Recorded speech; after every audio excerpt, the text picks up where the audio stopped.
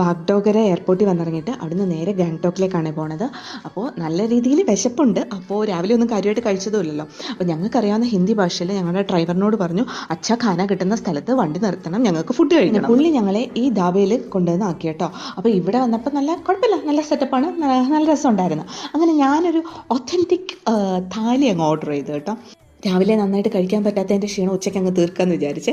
Authentic താലിയൊക്കെ സൂപ്പറായിരുന്നു. ഇവിടുന്ന് food കഴിച്ചിറങ്ങിയപ്പോൾ ഞങ്ങളുടെ കീശ നന്നായിട്ട് കീറി എന്നുള്ളതാണ് വാസ്തവം കേട്ടോ. ഇവിടുന്ന് പിന്നെ ഞങ്ങൾ നേരെ ഗാങ്ടോക്കിലേക്ക് ഒരു 5-6 മണിക്കൂർ യാത്രയായിരുന്നു. ഒരു 11:30 ആയപ്പം ബാഗ്ഡോഗ്ര എയർപോർട്ടിൽ വന്നത്. അവിടുന്ന് ഗാങ്ടോക്കിലേക്കുള്ളൊരു യാത്ര എന്ന് പറഞ്ഞാൽ ഒരു 5-6 മണിക്കൂർ എടുത്തു കേട്ടോ.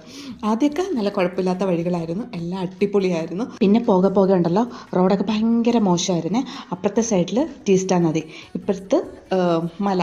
അങ്ങനെയാണ് ഇവരുടെ ഒരു റോഡ് സ്ട്രക്ചർ, ഇങ്ങനെ ചുരം പോലെയാണ്. അപ്പോൾ എന്ന് വെച്ചാൽ ഒന്ന് അങ്ങോട്ട് പോയി കഴിഞ്ഞാൽ നമ്മൾ ആ വെള്ളത്തിൽ കിടക്കും. ഭയങ്കര ചെറിയ റോഡ്, പകുതി സ്ഥലത്ത് റോഡൊക്കെ ആണെങ്കിൽ ഒലിച്ചു പോയി കേട്ടോ. ഈ നദി ഒഴുകുന്ന കണ്ടു കഴിഞ്ഞാൽ ദൈവമേ നമുക്ക് പേടിയാവും, അത്രയ്ക്ക് കുത്തി ഒഴുകിയാണ് വരുന്നത്. കളറൊക്കെ ആണെങ്കിൽ ഭയങ്കര ചെളിവെള്ളത്തിൻ്റെ കളറാണ്. അങ്ങനെ എന്തായാലും ഇതുവഴിയുള്ള യാത്രയിൽ ഞങ്ങൾ അവസാനം